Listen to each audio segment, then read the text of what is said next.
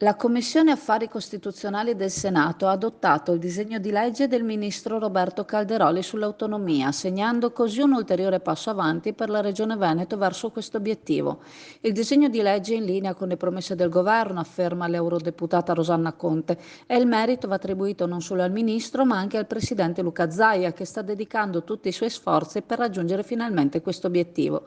In Italia le resistenze a questa importante riforma sono ridotte a piccole e isolate sacche, come quella rappresentata dalla CGIL. La raccolta firme promossa da questa organizzazione è un tentativo retrogrado di bloccare la più grande riforma dell'Italia, destinato a fallire poiché va contro gli interessi non solo del Veneto, ma dell'intero Paese.